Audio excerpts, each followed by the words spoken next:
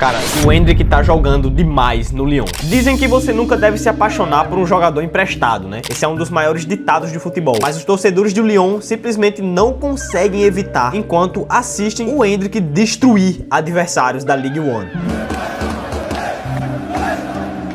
Já são 3 prêmios de melhor em campo, um contra um time da parte de baixo da tabela, outro contra um time intermediário e outro contra um dos líderes do campeonato. Ele está brilhando independentemente do nível do adversário. E o mais curioso, ele nem está atuando na sua posição natural. Endrick não está jogando centralizado como centroavante, mas sim como ponta direita, ocupando os meio espaços daquele lado direito. Essa função cai muito bem para ele, porque permite encarar defensores no 1 a 1 usando uma velocidade e a força física que ele tem. Além disso, cria ângulos perfeitos para ele finalizar com o pé esquerdo. É até irônico que ele esteja jogando como um monstro, justamente na posição onde o Real Madrid mais sente fragilidade hoje em dia. Cara, isso tudo não é surpresa para quem acompanha a carreira do Endrick há algum tempo. As pessoas esqueceram que ele já foi visto como um dos melhores jovens jogadores do mundo. Chamaram ele de novo Pelé, de novo Bob Charlton. Alguns desses apelidos eram exagerados, né? Óbvio, ou em tom de brincadeira. Mas o talento que ele tem, cara, é impossível de ignorar. O Endrick explodiu no Palmeiras. Ainda adolescente, já ganhava tudo o que disputava. Nas suas 2 primeiras temporadas, ajudou o clube a conquistar 2 brasileiros seguidos, tornando-se o jogador mais jovem da história a conseguir esse feito. Também virou o segundo jogador mais jovem a marcar um gol na história do Brasileirão. Não era exagero quando diziam que ele era o novo Pelé, cara. Endrick jogava sem medo nenhum. Ele marcava gols absurdos e chegou a carregar o Palmeiras em uma virada histórica contra o Botafogo, com 2 gols decisivos. Tu lembra desse jogo, cara? O Brasil realmente acreditava que havia encontrado o seu próximo grande camisa 9. E fazia sentido. Na temporada 2022-2023, tudo que ele tocava virava ouro. Ele era tipo Midas. Cada gol, cada arrancada, cada lampejo de talento fazia o mundo do futebol parar e pensar: quem danado é esse tal de Endrick, cara?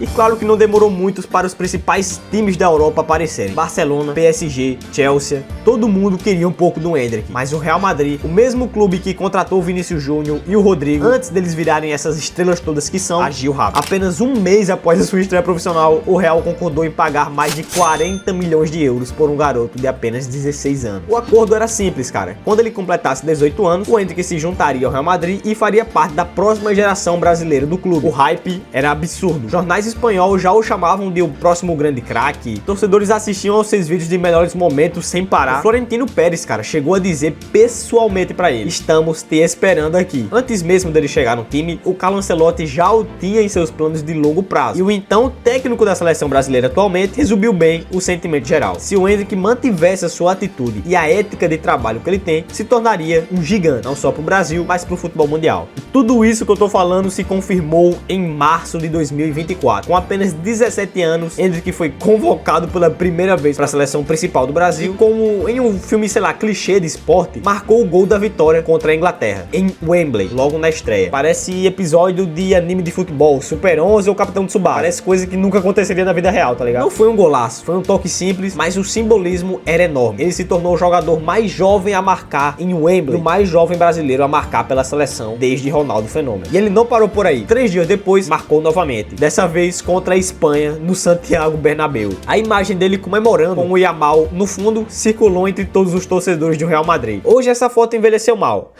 Mas mostra o tamanho do hype naquele momento. Em junho, o Endrick ainda marcou um gol aos 96 minutos contra o México. Resultado, 3 gols em 3 jogos pela seleção brasileira. A torcida enlouqueceu, cara. Eu mesmo já tava pensando que a gente tinha achado o novo R9. Em julho de 2024, após completar 18 anos, o Endrick foi oficialmente apresentado pelo Real Madrid no Santiago Bernabéu. Mesmo com poucos minutos no início, ele fez cada oportunidade valer a pena. Ele marcou na sua estreia na La Liga, tornando-se o estrangeiro mais jovem a marcar pelo clube na competição. Depois marcou na sua estreia pela Champions e também marcou na Copa do Rei. Sempre que ele entrava, causava problema. O momento que realmente mostrou porque havia tanto hype nele foi a sua campanha na Copa do Rei de 2024-25. O Endrick marcou 5 gols em 6 jogos, sendo decisivo em todas as fases. Na semifinal contra o Real Sociedade, ele marcou no jogo de ida, depois brilhou no Bernabéu com uma arrancada espetacular, seguida de uma cavadinha, cara, absurda. Algo que ele revelou ter treinado muitas vezes por conselho do ex-jogador Raul. Com isso, ele tornou-se o primeiro jogador do Real Madrid desde Cristiano Ronaldo a marcar 5 ou mais gols em uma única edição da Copa do Rei. A imprensa espanhola começou a chamar o torneio de Copa do Endrick. O cara conseguiu um feito que apenas Cristiano Ronaldo conseguiu antes dele, é uma coisa absurda. Na semifinal de volta, o Ancelotti tomou uma decisão simbólica. O Endrick começou como titular no lugar do Mbappé. Cara, isso não é comum, é um sinal claro de confiança. E o Endrick respondeu, cara. Ele fez o gol. Quando o Endrick saiu aos 66 minutos, o Bernabéu inteiro ficou de pé para aplaudi-lo. Foi o seu primeiro grande momento de, cara, superstar, vamos dizer assim, no estádio. Mesmo assim, o Endrick seguiu humilde. Dizia que estava ali para aprender, que havia o Vinícius, né, o Mbappé, o Jude Bellingham, mas as suas atuações mostravam que ele merecia mais minutos. O Real perdeu a final daquela Copa do Rei pro Barça, e de forma estranha. O jogador que levou o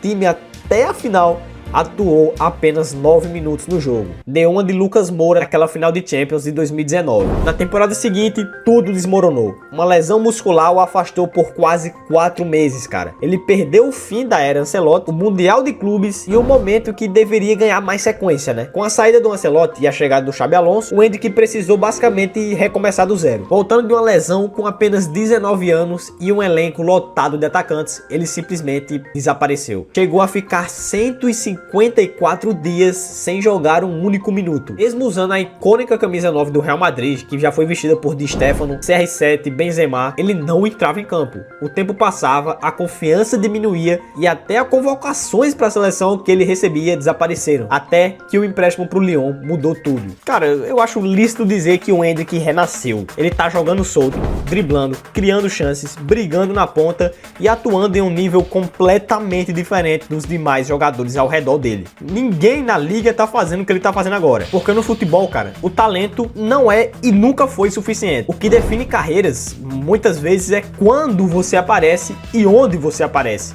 O Endrick, ele apareceu cedo demais, num palco grande demais, com expectativas grandes demais. Ele não chegou ao Real Madrid como uma promessa qualquer, ele chegou como o próximo Pelé. E isso não é um elogio, cara. Eu acho que isso é mais um peso. Pouquíssimos jogadores na história conseguiram carregar esse tipo de peso sem quebrar no meio do caminho. Quando a gente olha para trás, vê que até jogadores que hoje são ídolos absolutos passaram por algo parecido. O próprio Vinícius Júnior, por exemplo, passou anos sendo criticado, zoado e chamado de bagre. Eu mesmo dizia que ele não sabia chutar, pô. Tinha esse meme no futebol todo que o Vinícius Júnior driblava, era bom, mas não sabia chutar. O Rodrigo também teve os momentos de quase invisibilidade. A diferença é que eles tiveram tempo. E tempo é exatamente o que o Endrick não tinha no Real Madrid. No papel tudo fazia sentido. Treinar com os melhores do mundo, aprender com as estrelas, amadurecer aos poucos, mas na prática, cara, o futebol não funciona assim. Jogador jovem precisa errar. Ele precisa tentar o drible e perder a bola. Ele precisa finalizar mal, ouvir vaia, tentar de novo. Errar faz parte do aprendizado, cara. E isso é impossível quando você entra, sei lá, faltando 5 minutos pro jogo acabar. E é por isso que esse empréstimo mudou tudo. No Lyon, seja onde for, o Endrick deixou de ser o garoto do Real Madrid e voltou a ser um jogador de futebol. Ele toca na bola mais vezes, ele decide as jogadas por conta própria e assume a responsa, cara. E quando isso acontece, o talento dele aparece naturalmente, não tem que forçar. Outro ponto que pouca gente fala é que o Endrick não é um camisa 9 tradicional. Ele não é aquele centroavante parado, pivô, que vive dentro da área, parecendo um cone. Ele gosta do espaço, da velocidade, de atacar pelo lado, de cortar pra dentro. Ou seja, ele precisa de um sistema que jogue pra ele e que não o sufoque. Ironicamente, o Real Madrid atualmente é exatamente o oposto disso. Então talvez a pergunta nunca tenha sido: o Endrick é bom o suficiente? A pergunta certa sempre foi: o ambiente era bom o suficiente? Porque talento ele sempre teve, isso ninguém teve dúvida. O futebol adora construir narrativas rápidas. Herói hoje, um fracassado amanhã, craque em um jogo, um superestimado no outro jogo. Mas as carreiras reais de futebol não funcionam que nem um corte de TikTok, tá ligado? Ele funciona em ciclo. O que a gente tá vendo agora pode ser só o primeiro ciclo real da carreira do Endrick. Se esse empréstimo continuar dando certo, cara, se ele mantiver esses minutos, a confiança e o protagonismo, o cenário vai mudar completamente. Eu acredito que jogador bom não desaprende a jogar futebol, cara. Não tem como. Eu sou um perebão Nunca aprendi e nunca vou aprender. Por quê? Porque eu acredito que tem gente que nasce pra jogar isso, cara. Na moral, tem jogador que só precisa do lugar certo pra lembrar quem ele é. No fim das contas, talvez essa pausa, esse aparentemente passo para trás, seja exatamente o que vai permitir 2 passos para frente mais tarde. O Endrick não acabou, muito pelo contrário. A história dele, cara, pode estar só começando agora. Eu quero saber a sua opinião. O que você acha do Endrick? Comenta aí que eu quero realmente saber, cara. Você acha que ele é um forte promissor a ser o camisa 9 da seleção brasileira? Eu quero saber a tua opinião. Enfim, a gente se vê no próximo vídeo. Tamo junto e valeu!